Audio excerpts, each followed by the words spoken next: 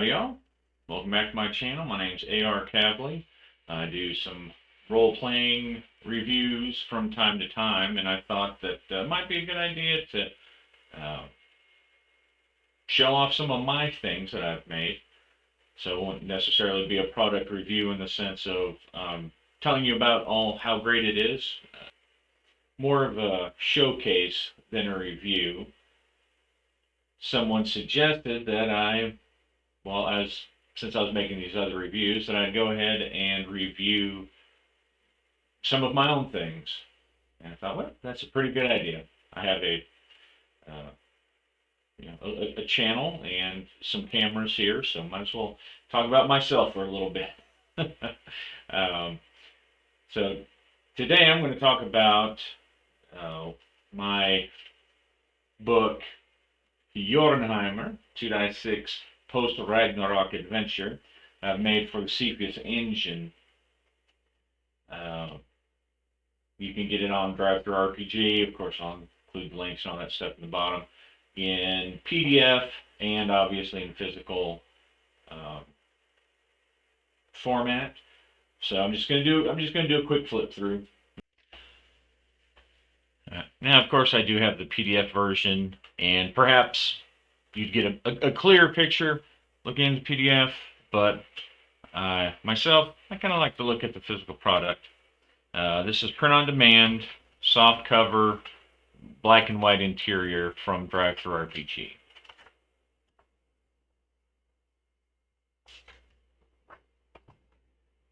All right. The basic idea what I wanted to make out of this particular uh, product was a mythic Viking campaign, one that wasn't over the top, full of too much magic, too much spells. Because I tend to prefer my campaigns to be somewhat low fantasy, and in this particular one, I had been studying. I had gone down a rabbit hole studying what we actually know about Norse culture.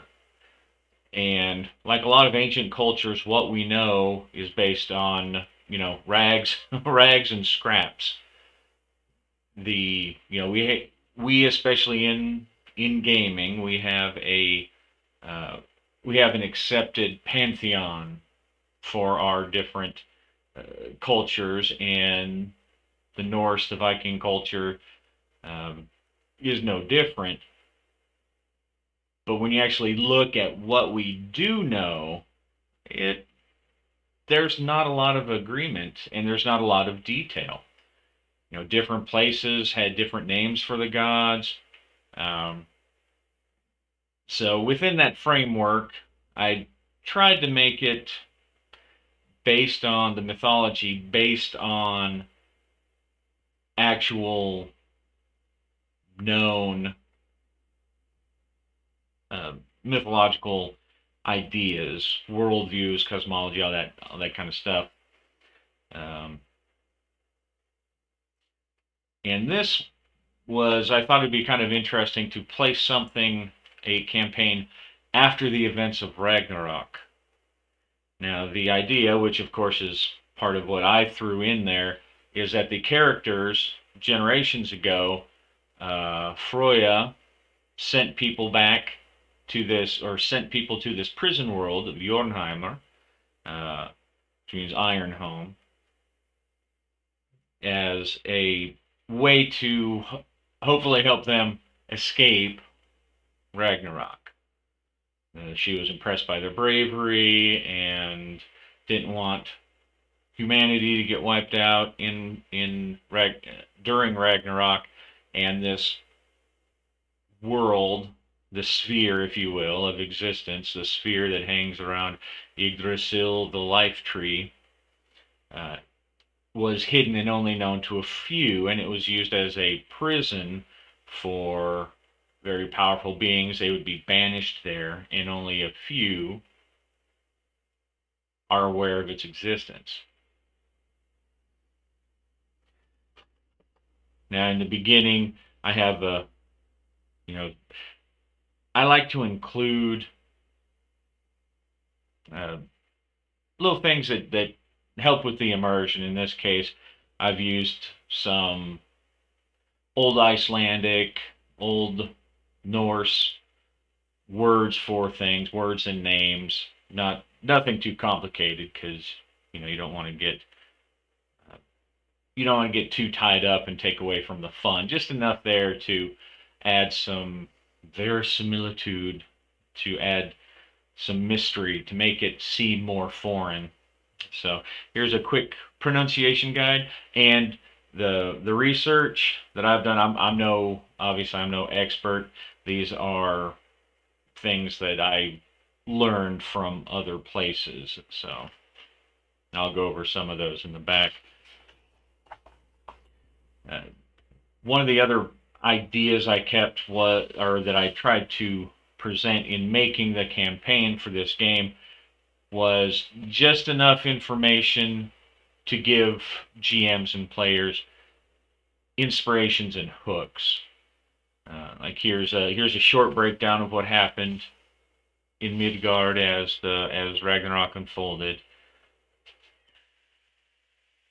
And this is a game that is compatible using Cepheus engine or anyone familiar with Mongoose Traveler or even Classic Traveler. It's a simple 2 die 6 plus attribute plus skill level. And included in here are 6 different mythic Norse adventurer type careers: warrior, craftsman, shaman, skald, hunter, and sailors. And anyone familiar with those, with the life path creation uh, for Cepheus Engine or Traveler, will be familiar with this.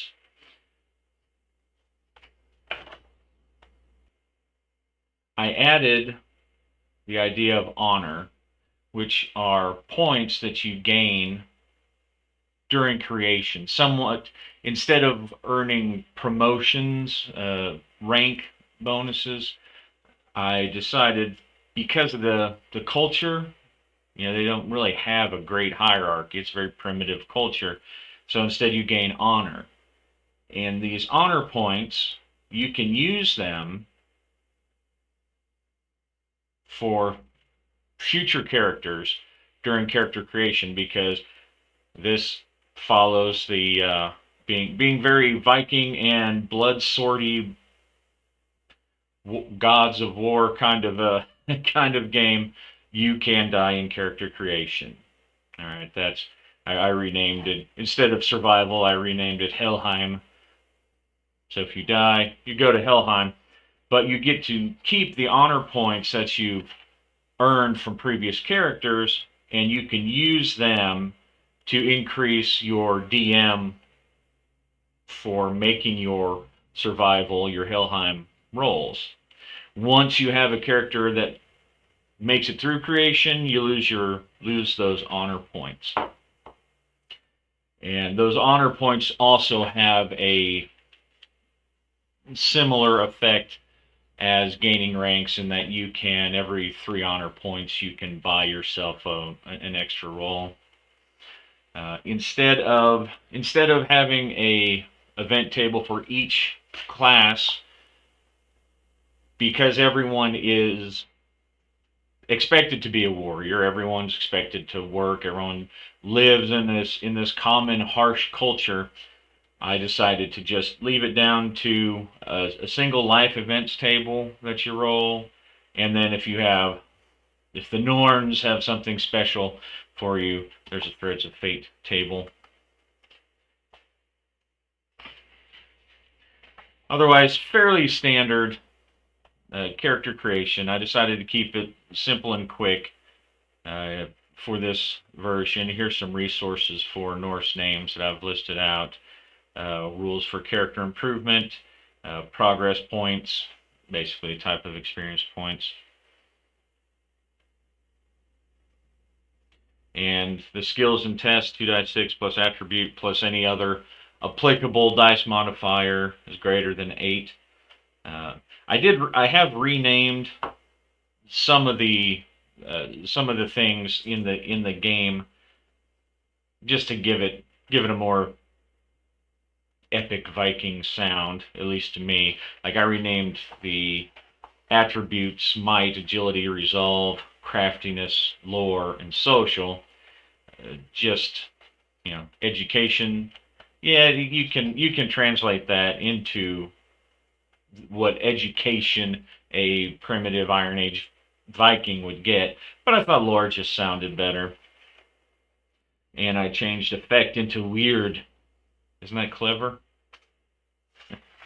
Okay, but same thing. If you whatever you however many points you succeed over the target number, what Cepheus Engine and Traveler calls effect, it's the same thing, just called weird. You get to add bonuses. There's a skill list right there. And I kept because again, the um, society being simple as it is, there isn't, you don't go down to the Armorer's Guild and get whatever. There's really no system of mass production, and there's no big there's no real currency. Everything works off of barter or hack silver. So the price list I've kept very simple, and a lot of times if they go someplace, they're just going to have to deal with it.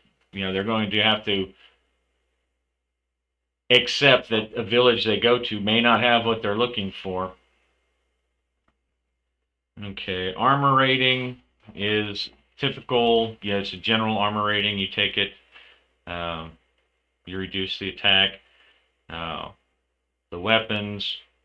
Weapons are simple. Not a big long list of them because again, it's an Iron Age and it's hard to make a lot of great, a lot of weapons. And any form of the weapon basically falls into a simple class. So I decided to keep combat on the simpler, on the more streamlined side of Cepheus Engine uh, possibilities to make it to fit better with a epic, high adventure kind of Viking scenario combats. But it'll be familiar with anybody. I use zones instead of like range bands, kind of going back to the classic Traveler.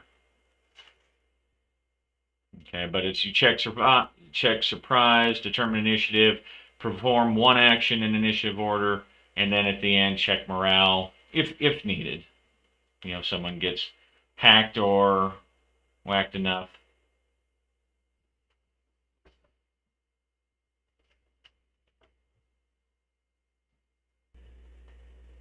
I added what's called a savage blow, and this was a concept I think I first saw in a game called Renaissance Deluxe, which I think got it from Open Quest, a D100 system. Which is if you take enough damage in a single hit, then there is it's a savage blow. There's some kind of critical effect. And so I decided to go ahead and add one of those. Instead of deducting from the attributes, you add the attributes up and come up with a health value. And basically, if you take over half of your health in a single blow, you have an effect on this savage blow table. Then you just roll where it hits and then what the effect is. If you get a savage blow on the thigh, you roll for leg and then thigh. Thigh slashed open, near hip bleeding out, prone, -2 might, and -2 move tests until fully healed. All right, so bleeding out.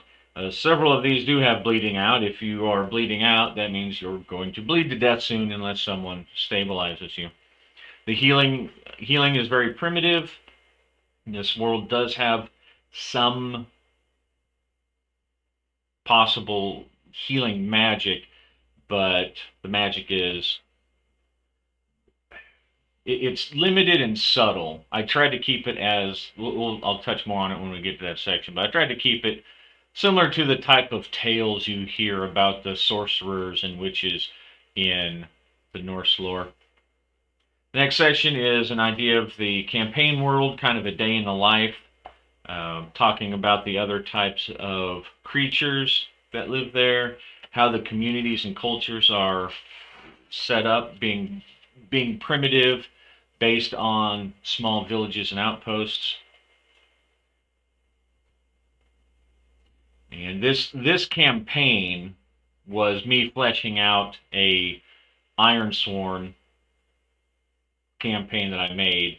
So it does have some of that same underlying uh, primitive, low population, unexplored hinterland kind of aspects, but I decided to make it Norse flavored to kind of develop the campaign into a Norse flair.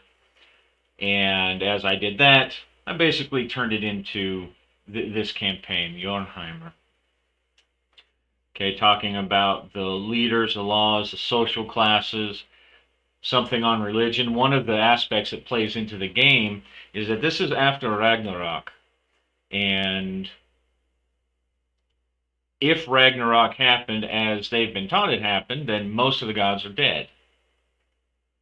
So there's a little bit of tension between, people who believe the gods might still be alive, those who believe they're dead, and those who don't know. And they're 7 generations removed from being put in Jarnheimr, so there's also an idea of of people losing this major part of their culture because their forefathers fought next to the gods. So their forefathers knew, but as the farther away they get away from that, the more and more they question the history of their people. But there are still things in the world that are very much in tune with what they have been told, right? There's trolls, there are magical effects, there are some of these creatures. But that's part of one of the instances of religion, and it's also historically when you're looking mythically, at what we actually have. Not everybody in Norse culture held to the same pantheon. They disagreed on what the gods were named, and if you read some tales, the it seems apparent that what they are describing are really just kind of modified names of other gods that are written about somewhere else, and so they're not necessarily two gods; they're just the same god or goddess that has a slightly different name. And I mean, not everyone even believed in Valhalla or Valhall. All right, so I go into some of the basic historical beliefs of things like the afterlife, spirits, stuff like that. Um, Going into mysticism, in Norse mythology, they do have a lot of sorcerers, and the gods, of course, cast magic. Trolls cast magic. The Jotnar uh, cast magic. And the term for that is Goldr, which is kind of a general term. And there's no great, there are no wizards guilds or anything like that. Sometimes you get spirits of the land teach. Sometimes gods will come down and show. The giants, the Jotnar, uh, they were known to be masters of magic and would teach people, taught some of the gods magic. And so this has a very basic spell list. And I tried to keep their descriptions to things that you find like in the sagas and the Eddas, Volsung, um, oh, what is that? the Hamaval, right? Those kind of things. Sider is another form of magic, and it's basically like the prophetess magic, the seeress magic. It's a feminine magic, feminine witchcraft, and it similarly has a smaller spell list because the setting is not a high magic. It is not one where you're going to cast fireballs and summon dragons and things like that. Some basic travel and movement. The Norse calendar. The people here, they call themselves the Jornari, Jarnheimr, people from Jarnheimr. Uh, Norse calendar, weather, uh, weather tables. Got a uh, D66 encounter tables.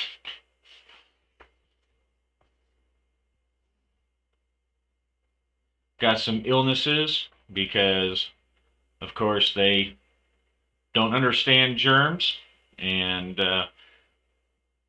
they have very primitive medical understanding about those things, and so it's I think it may not be epic, but I think it's important to have a um, a type of some diseases, sicknesses. I mean, there's some poisons I included there too. NPC attitudes, a beastry, talking about the different type of creatures that you find in Norse mythology. The Vatir, those are your hidden folk. Everything had a spirit. The rocks had a spirit. The tree outside had a spirit. You teach the kids not to throw rocks so you don't accidentally upset one of these spirits. And whether or not they believe in the gods, most definitely believe in these spirits, especially since they're statted out later on.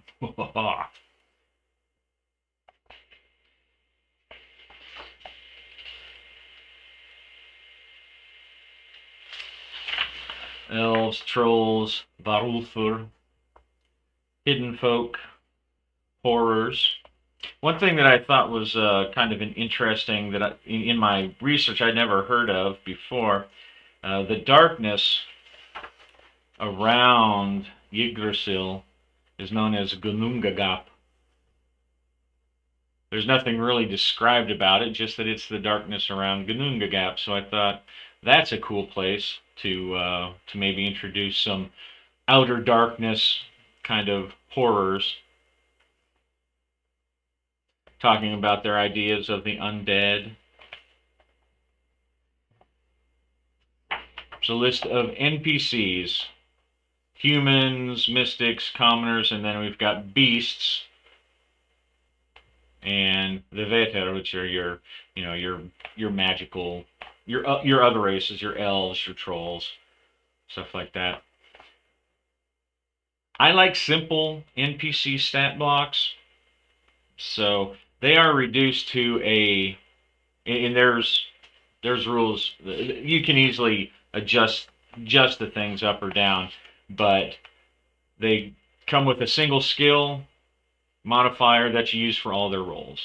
If it applies to something they're doing, if they're a thief, then you apply that skill to when they're sneaking or maybe you know ambushing somebody. Move in zones, health. As you can see, health is divided again here in halves. In halvesies, damage based on the type of weapon they would use, armor, reaction rolls, and different notes. Here's a list of campaign secrets. There's 4 kind of big picture campaign secrets that you can incorporate as not even necessarily as campaigns per se, but something that's going on in the background that they can start getting involved in as they're going through their normal adventures. Here's a map of Jarnheimr with a little area up here left for some production.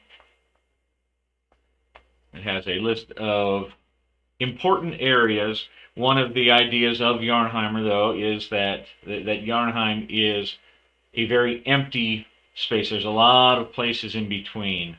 There's few settlements, large human settlements, and it's very dangerous to be outside of those settlements. Of course, the landscape is dotted with smaller homesteads, and nearly all of them have some kind of wall just because it is such a dangerous area, because there are so many um, creatures that might be roaming around.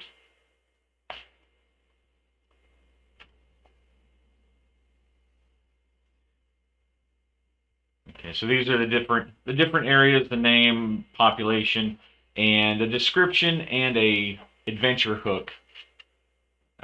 Well, not some of them aren't even adventure hooks; they're just descriptions of something interesting that's going on that a GM or a party might hear about and decide to turn into an adventure.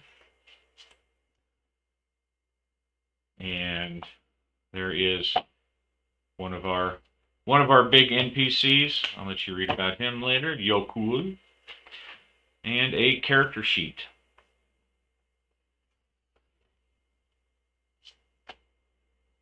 And here are a couple of, at the end, some Nordic resources that I used.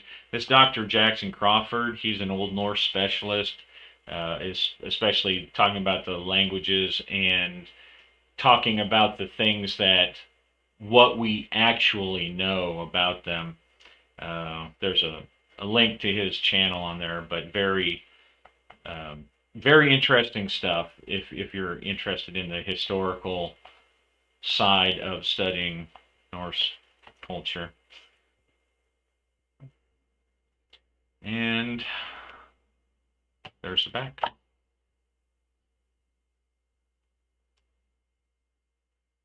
And so there you have it. Jarnheimr, a CPS engine, 2D6, post Ragnarok Viking adventure. And when I first posted it, someone had made a comment about um, how anything could be post Ragnarok, and one of the things that I came across studying is the idea that Ragnarok doesn't actually wipe out everything. There are uh, again, depending on which source you use for the lore, there are a handful of gods that survive. There are two humans who are going to repopulate humanity, and they survive in a new place. They rebuild a world and start over. So all the big guys that we know, they get wiped out. But there are sons of some of the gods survive. Uh, Now, of course, this was not meant to emulate that, but the Ragnarok being the end of everything was one of those things that I thought too until I did some more research into it. So, uh, but anyway, I hope you enjoyed it. If you like this, sounds interesting to you, check it out. I've got the drive-through RPG links down at the bottom, and happy gaming.